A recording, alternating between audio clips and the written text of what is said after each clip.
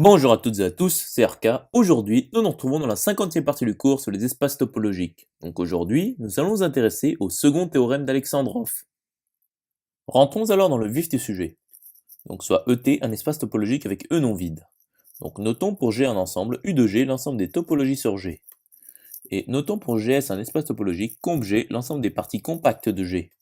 Et notons pour GS et H, K ronde, deux espaces topologiques, H ronde ETGS l'ensemble des homéomorphismes de GS dans HK ronde. Et notons pour GS un espace topologique et A une partie de E, l'adhérence de A par rapport à GS, c'est-à-dire l'adhérence de A selon GS. Rappelons d'abord le premier théorème d'Alexandrov. Donc pour tout E non vide et pour tout T appartenant à UE, LC ronde de ET implique qu'il existe G non vide tel qu'il existe S appartenant à U de G tel que G appartient à comp G et il existe Z appartenant à G tel qu'il existe F appartenant à H ronde de ET G privé du singleton Z T1 de G privé du singleton Z GS.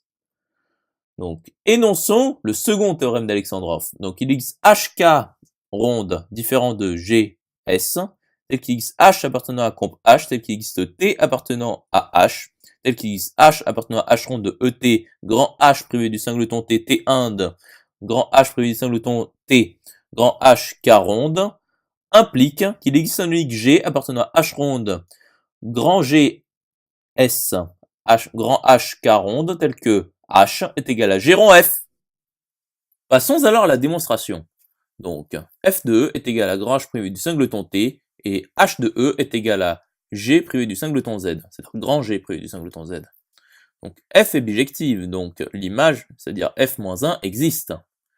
Considérons alors G, l'application de grand G dans grand H, telle que pour tout Y appartenant à grand G privé du singleton Z, G de Y est égal à G de F-1 de Y, qui est égal à H de F-1 de Y, et G de Z est égal à T. Montrons alors que G est bijective, donc commençons par la surjectivité. Donc soit U appartenant à grand H quelconque. Donc cas numéro 1, U égale T. Donc G de Z est égal à T. Voyons alors le cas numéro 2 lorsque U appartient à grand H privé du singleton T. Donc il existe V appartenant à E tel que U est égal à H de V. Et il existe W appartenant à grand G privé du singleton Z tel que V est égal à F-1 de W. Donc U est égal à H de V qui est égal à H de F-1 de W qui est égal à G de W. Donc G est surjective. Passons alors à l'injectivité. Donc soit AB appartenant à grand G2 tel que G de A égale G de B. Donc cas numéro 1, A appartient à grand G privé du singleton Z.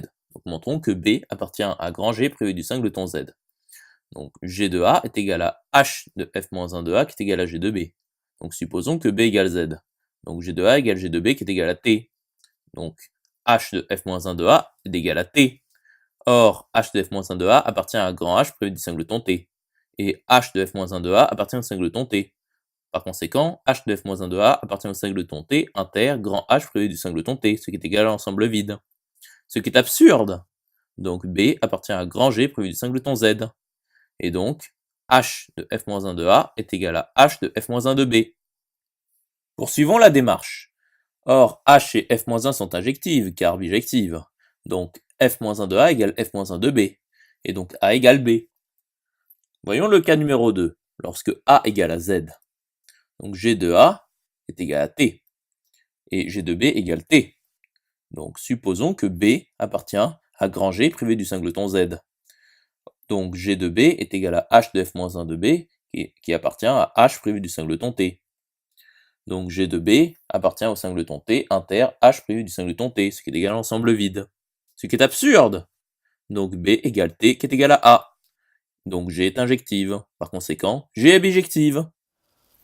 Poursuivons la démonstration. Donc soit O appartenant à K ronde quelconque.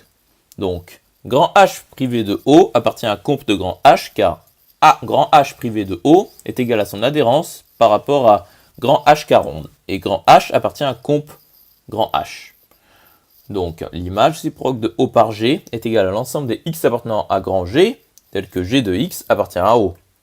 Donc voyons le cas numéro 1, lorsque Z n'appartient pas à l'image réciproque de O par G. Donc G de Z n'appartient pas à O, c'est-à-dire T n'appartient pas à O. Donc l'image réciproque de O par G est égale à H de l'image réciproque de O par F qui appartient à T1 de grand G privé du singleton Z grand GS, car O est inclus dans grand H privé du singleton T. Et il existe U appartenant à S tel que l'image réciproque de O par G est égale à U inter grand G privé du singleton Z. Et pour tout x de l'image réciproque de O par G, il existe O' appartenant à S, tel que x appartient à O' et Z n'appartient pas à O', car T2 grand GS est vérifié, et donc T1 de grand GS l'est également. Nous pouvons alors constituer la famille des OX pour x appartenant à l'image réciproque de O par G appartenant à S puissance l'image réciproque de O par G, tel que pour tout x de l'image réciproque de O par G, OX est égal à l'union pour W appartenant à S et x appartenant à W et Z n'appartenant pas à W des W. Poursuivons la démonstration. Donc, l'image réciproque de O par G est inclue dans l'union pour x appartenant à l'image réciproque de O par G des OX qui appartient à S. Et Z n'appartient pas à l'union pour x appartenant à l'image réciproque de O par G des OX. Donc, l'union pour x appartenant à l'image réciproque de O par G des OX est inclus dans grand G privé du singleton Z. Donc, notons O ronde l'union pour x appartenant à l'image réciproque de O par G des OX. Donc, l'image réciproque de O par G est inclus dans O ronde qui est inclus dans grand G privé du singleton Z. Et donc, l'image réciproque de O par G inter O ronde est égale à U inter grand G privé du singleton Z inter O ronde. Ce qui est égal, donc c'est-à-dire l'image réciproque de O par G est égale à U inter entre parenthèses grand G privé du singleton Z inter O ronde par associativité, c'est-à-dire l'image réciproque de O par G est égale à U inter O ronde qui appartient à S. Continuons la démonstration. Donc, voyons le cas numéro 2, lorsque Z appartient à l'image réciproque de O par G. Donc, T égale G de Z qui appartient à O. Et donc, le singleton T est inclus dans O. Par conséquent, H, grand H privé de O, est inclus dans grand H privé du singleton T. Donc, grand H privé de O est égal à son adhérence par rapport à grand H caronde. Or, grand H appartient à comp grand H. Donc, grand H privé de O appartient à comp grand H. Donc, l'image réciproque de grand H privé de O par G est égale à F de l'image réciproque de grand H privé de O par H, qui appartient à comp de grand G privé du singleton Z. Donc, nous avons BO ronde de F de l'image réciproque de grand H privé de O par H, G privé, grand G privé du singleton Z T1 de grand G privé du singleton Z grand GS qui est vérifié. Continuons la démarche. Donc, par la transitivité des topologies induites, nous obtenons que T1 de F de l'image réciproque de grand H privé de O par H, grand G privé du singleton Z, T1 de grand G privé du singleton Z, grand GS, est égal à T1 de F de l'image réciproque de grand H privé de O par H, grand GS. Donc, BO ronde de F de l'image réciproque de grand H privé de O par H, grand G privé du singleton Z, T1 de grand G privé du singleton Z, grand GS, équivaut à BO ronde de F de l'image réciproque de grand H privé de O par H, grand G privé du singleton Z, T1 de F de l'image réciproque de grand H privé de O par H, grand G privé du singleton Z, T1 de grand G privé du singleton Z, grand GS, ce qui équivaut donc à BO ronde de F de l'image réciproque de grand H privé de O par H, grand G privé du singleton Z, T1 de F de l'image réciproque de grand H privé de O par H, grand GS. Ce qui équivaut donc à BO ronde de F de l'image réciproque de grand H privé de O par H, grand GS. Poursuivons la démonstration. Donc, F de l'image réciproque de grand H privé de O par H appartient à comp de grand G. Et donc, F de l'image réciproque de grand H privé de O par H est égal à son adhérence par rapport à grand GS.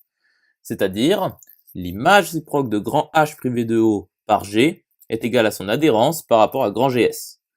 C'est-à-dire, grand G privé de l'image réciproque de O par G est égal à son adhérence par rapport à grand GS. Donc, l'image réciproque de O par G appartient à S. Donc, G appartient à C, grand GS, grand H caronde.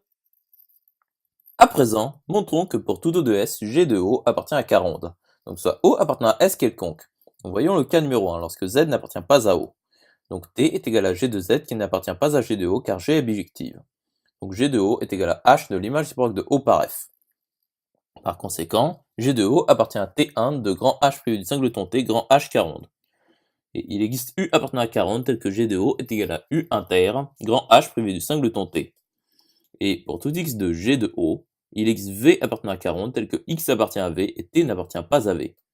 Nous pouvons alors constituer la famille OX pour X appartenant à G de O appartenant à caronde puissance G de O tel que, pour tout X de G de O, OX est égal à l'union pour W appartenant à caronde et X appartenant à W et T n'appartenant pas à W, dW. Et donc T n'appartient pas à l'union pour X appartenant à G de O, DOX. Poursuivons la démarche. Donc nous savons que G de O est inclus dans l'union pour X appartenant à G de O, DOX, qui est inclus dans grand H privé du singleton T. Donc posons aux rondes l'union pour X appartenant à G de O, DOX. Et G de O inter aux rondes est égal à U inter grand H privé du singleton T inter aux rondes. C'est-à-dire G de O est égal à U inter grand H privé du singleton T inter aux rondes entre parenthèses par associativité de l'intersection. C'est-à-dire G de O est égal à U inter aux rondes qui appartient à caronde. Voyons alors le cas numéro 2 lorsque Z appartient à O. Donc, grand G privé de O est égal à son adhérence par rapport à grand G privé du singleton Z, T1 de grand G privé du singleton Z, grand G S, qui est inclus dans grand G privé du singleton Z, qui appartient à comp de grand G privé du singleton Z. Donc, G de grand G privé de O est égal à H de l'image réciproque de grand H privé de O par F, qui appartient à comp de grand H privé du singleton T, car G appartient à C, G, S, C grand G, S, H caronde. Donc, H de l'image réciproque de grand G privé de O par F appartient à comp grand H. C'est-à-dire, G de grand G privé de O appartient à comp grand H.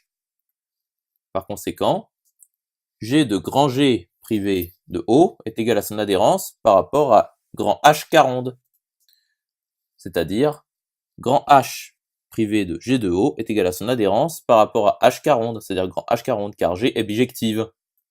Donc, G de O appartient à caronde. Et donc, G appartient à H ronde, grand GS, H caronde.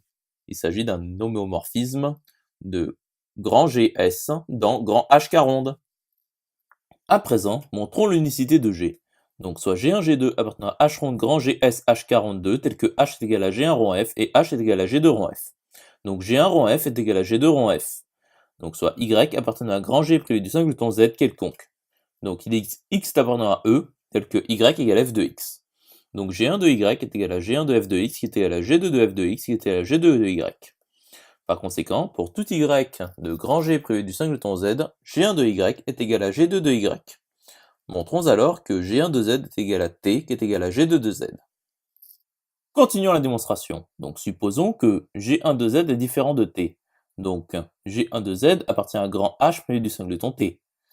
Donc il existe un unique U appartenant à grand G privé du singleton Z tel que G1 de Z est égal à H de F-1 de U qui est égal à G de U. Donc Z est égal à U qui appartient à grand G privé du singleton Z car G est bijective et donc injective. Ce qui est absurde. Donc G1 de Z égale à T. Et de même G2 de Z égale à T. Donc G1 de Z est égal à G2 de Z. Par conséquent, pour tout Y de grand G, G1 de Y est égal à G2 de Y. Donc G1 égale G2. Conclusion établie. J'espère que cette vidéo vous aura plu et vous sera utile. Nous nous retrouvons dans la 51e partie.